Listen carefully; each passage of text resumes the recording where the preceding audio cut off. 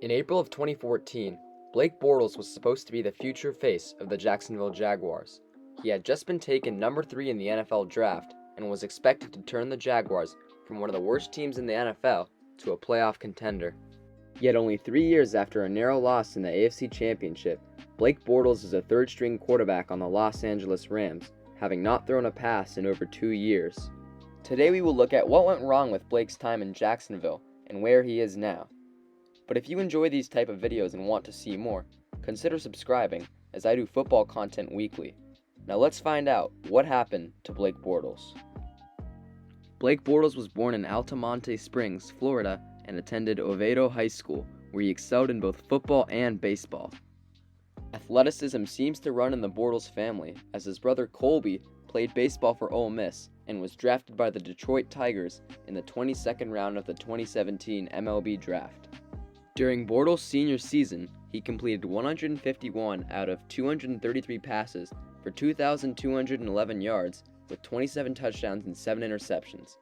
He finished his high school career with a Seminole County record 5,576 career passing yards and 53 touchdowns. Bortles was listed as a 3-star recruit by Rivals.com and was the number 44 pro-style quarterback in his class. Bortles had offers from Colorado State, Purdue, Tulane, Western Kentucky, and UCF, and ultimately chose UCF. Bortles accepted the offer from UCF because it was the first college to offer him a scholarship and was located near his home. As a redshirt freshman in 2011, Bortles appeared in 10 games, completing 75 out of 110 passes for 958 yards, with 6 touchdowns and 3 interceptions. UCF finished 5-7 that year. As a sophomore in 2012, Bortles started all 14 games at quarterback, completing 251 out of 399 passes for 3,059 yards with 25 touchdowns and 7 interceptions. Bortles also rushed for 285 yards and scored 8 touchdowns, proving his mobility. He led UCF to an 11-3 record and a bowl game victory in the 2012 Beef O'Brady Bowl after completing 22 of 32 passes for 271 yards with 3 touchdowns and 79 yards rushing in a win over the Ball State Cardinals. In his final collegiate season in 2013, Bortles finished with 259 completions in 382 attempts for 3,581 yards, 25 touchdowns, and 9 interceptions. Additionally, he added 87 rushes for 272 yards, including 6 rushing touchdowns. UCF had the best season in program history, finishing 13-1 with the Fiesta Bowl win over number 6 Baylor. Blake Bortles would be named Offensive MVP in a UCF 52-42 win. During that season, UCF also defeated number 8 Louisville on a last-second touchdown from Blake Bortles to backup quarterback turned wide receiver Jeff Godfrey with 23 seconds left in the game. UCF also defeated Temple on a miracle touchdown as Blake Bortles threw the ball as being hit and his receiver caught it with one hand in the end zone. UCF would go on to win this game 39-36 on a game-winning field goal. On January 5th, 2014, Blake Bortles announced that he would forego his senior season and enter the 2014 NFL Draft. Bortles measured in at 6'5", 232 pounds, and ran a 4.93 40-yard dash. On May 8, 2014, at the 2014 NFL Draft, Bortles was chosen in the first round with the 3rd overall pick by the Jacksonville Jaguars. Bortles was the first of an eventual 14 quarterbacks to be selected. Bortles signed his rookie contract worth $20.6 million guaranteed for 4 years with the team. Bortles would start his rookie season as the backup to veteran Chad Henne. Bortles made his NFL debut during Week 3 when he came in relief of Chad Henne in the second half of a 44-17 blowout loss to the Indianapolis Colts. In that game, Bortles completed 14 of 24 pass attempts for 223 yards, 2 touchdowns, and 2 interceptions. Following that game, Jaguars head coach Gus Bradley named Bortles the starter going forward. Bortles would make his first NFL start against the San Diego Chargers. He finished the game 29 of 37 passing for 253 yards with 1 touchdown and 2 interceptions in a 33-14 loss. However, his 78.4% completion percentage set a record for a rookie quarterback in his first start. In Week 6 against the Tennessee Titans, Bortles would set 3 franchise rookie records, going 32 for 46 passing with 336 yards, but unfortunately the Jaguars would lose 14-16 on a blocked field goal. During Week 13 against the New York Giants, Bortles led the Jaguars' largest comeback win in franchise history, winning 25-24 after trailing by 21 points. 3 weeks later, he led the Jaguars to a Thursday Night Football 21-13 win over the Tennessee Titans, in which he completed 13 of 26 passes for 1 touchdown and no interceptions, and added 50 rushing yards. Bortles finished his rookie year with 280 completions in 475 attempts for a 59% completion percentage with 2,908 yards, 11 touchdowns, and 17 interceptions. Blake Bortles' rookie season was definitely unsuccessful, but he did establish himself as a dual-threat quarterback in his rookie season by rushing for 20 or more yards 7 times in 2014, second only to Russell Wilson of the Seattle Seahawks.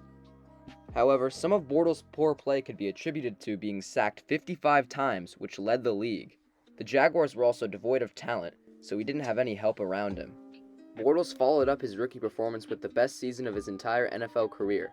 He guided the Jaguars to their first win of the season in Week 2, leading them on a comeback drive against the Miami Dolphins to seal their first victory of the season. In Week 13, Bortles broke the Jaguars' single-game record with 5 touchdown passes in a 42-39 road loss to the Tennessee Titans. Despite the improved play of Bortles, the Jaguars still finished with a 5-11 record in 2015, and Bortles again led the league in sacks taken with 51. But the season was still successful for Blake Bortles. He set the Jaguars' single-season franchise record for passing touchdowns, 35, passing yards, 4,428, and pass completions with 355. Bortles' 90-yard touchdown throw to Allen Robinson in Week 16 was the longest play in the NFL that season. His passer rating was above 80 in 11 games, and he threw a touchdown pass in the Jaguars' first 15 games of 2015, which was also a franchise record. Unfortunately, Bortles regressed significantly in the 2016 season, leading the Jaguars to a disappointing 3-13 record. In a 9-game losing streak during the season, Jaguars offensive coordinator Greg Olsen was fired and replaced by Nathaniel Hackett, and head coach Gus Bradley was fired and replaced by Doug Marrone in Week 16. Bortles finished the 2016 season with 3,905 passing yards and a 58.9 completion percentage, with 23 touchdown passes and 16 interceptions. Bortles said after the season ended that he had suffered a grade 1 AC joint sprain in Week 8 and suffered from wrist tendonitis in the later part of the season. The season was still a huge disappointment, especially since his offensive line improved, only allowing 34 sacks. Through the first 11 games of the 2017 NFL season, Bortles was incredibly inconsistent. He had an excellent Week 3 performance with 4 passing touchdowns and no interceptions in a 44-7 victory over the Baltimore Ravens. He would only break 300 passing yards just one more time in that 11-game stretch, with 330 yards against the Indianapolis Colts. But despite his inconsistent play, the Jaguars were finally winning and sat at 7-3 going into Week 11. The Jaguars had the best defense in the NFL that season, so Blake Bortles took on a sort of game manager role. In Week 15 against the Houston Texans, Bortles finished with 326 passing yards and 3 touchdowns as the Jaguars won 45-7, which helped the team clinch their first playoff berth in 10 years. The following week, the Jaguars would clinch the AFC South and would head into the playoffs as the 3rd seed with a 10-6 record.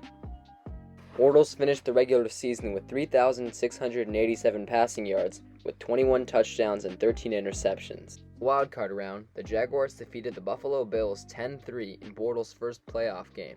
He completed 12 of 23 passes for 87 yards and a touchdown, but he also had a game-high 88 yards rushing on 10 carries. Despite his poor passing performance against the Bills, Bortles bounced back the following week in the divisional round, leading the Jaguars to an upset win over the heavily favored Pittsburgh Steelers on the road by a score of 45-42. Bortles completed 14 out of 26 passes for 214 yards and a touchdown. And just like that, Bortles had led the Jaguars to an AFC championship, somewhere they had not been since 1999. But their opponent would be none other than Tom Brady and the New England Patriots, a tough task for anyone. Bortles and the Jaguars actually had a 20-10 lead going into the fourth quarter, but Tom Brady led another improbable comeback as the Jaguars would go on to lose 24-20. Bortles played well in the AFC Championship, completing 23 of 36 passes for 293 yards and a touchdown. But it was Jacksonville's defense, which had been so great the entire season, that ended up blowing the game, surrendering 14 points in the fourth quarter. Blake Bortles was rewarded for the Jaguars' deep playoff run, and in February of 2018, he signed a 3-year, $54 million contract to stay with the Jaguars through the 2020 NFL season. Bortles and the Jaguars had a 3-1 start to the season, and even in Week 2 got revenge on the New England Patriots in a 31-20 win where Bortles finished with 377 passing yards and 4 touchdowns. But after Week 4, the wheels fell off. In Week 5 against the Kansas City Chiefs, Bortles threw 4 interceptions and took 5 sacks in a 30-14 loss. In Week 7 against the Houston Texans, he lost a fumble on the opening possessions of each half and was benched for Cody Kessler after he lost the second fumble. He finished the day with a career-low 61 passing yards on 12 attempts. Bortles continued to play worse and worse until finally head coach Doug Marrone was left with no choice but to bench Bortles in favor of Cody Kessler. Bortles finished the 2018 season with 243 completions on 403 attempts, with a 60.3 completion percentage, with 2,718 yards, with 13 touchdowns and 11 interceptions.